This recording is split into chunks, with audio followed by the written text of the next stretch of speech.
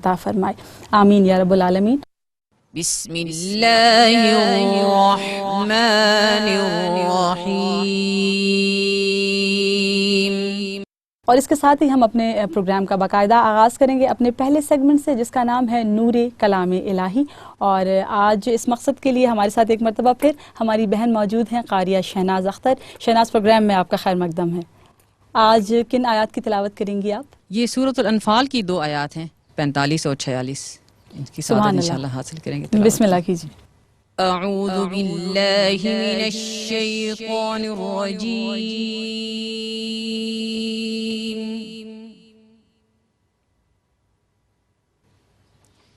بسم اللہ الرحمن الرحیم، یا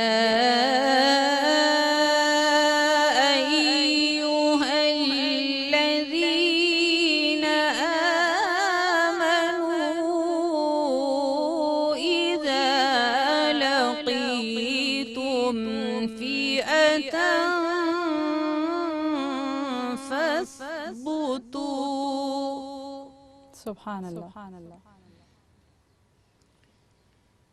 اذا لقيتم فئة فاثبتوا واذكروا الله،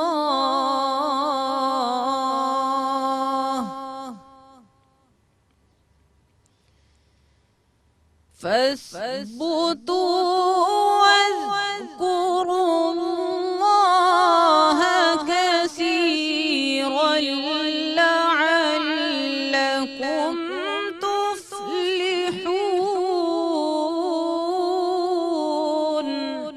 سبحان اللہ۔ وَأَطِيعُوا اللَّهَ وَرَسُولَهُ وَلَا تَنَازَعُوا فَتَفْشَلُوا، سبحان اللہ، وَلَا تَنَازَعُوا فَتَفْشَلُوا وَتَذْهَبَ رِيحُكُمْ وَاصْبِرُوا إِنَّ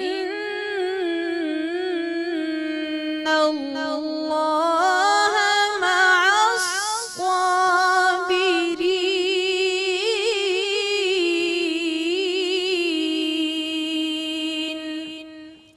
صدق اللہ العظیم۔ اے ایمان والو، جب کسی گروہ سے تمہارا آمنا سامنا ہو تو ثابت قدم رہو اور اللہ کو کثرت سے یاد کرو تاکہ تم فلاح پا جاؤ، اور اللہ اور اس کے رسول کی اطاعت کرو اور آپس میں جھگڑا نہ کرو، ورنہ تم ہمت ہار بیٹھو گے اور تمہاری ہوا اکھڑ جائے گی۔ اور صبر سے کام لو، بے شک اللہ صبر کرنے والوں کے ساتھ ہے۔ ناظرین کرام، رب ذوالجلال نے مسلمانوں کو مقابلہ دشمن کے لیے ایک خاص ہدایت نامہ جاری کیا، جس کی رو سے وہ دشمنوں پر غالب اور آخرت میں کامیاب اور کامران ہو سکتے ہیں۔ اسلام کی ابتدائی تاریخ گواہ ہے کہ رسول اللہ صلی اللہ علیہ وآلہ وسلم اور صحابہ کرام رضوان اللہ اجمعین اپنے سے کئی گنا بڑے لشکروں کے ساتھ انتہائی شجاعت اور بے خوفی سے لڑے اور ہمیشہ فتح یاب رہے، اس لیے کہ مجاہدین اسلام نے اللہ تعالیٰ کے انہی احکام پر عمل کیا، اور یہی ان کی عظیم الشان فتوحات کا راز بھی ہے۔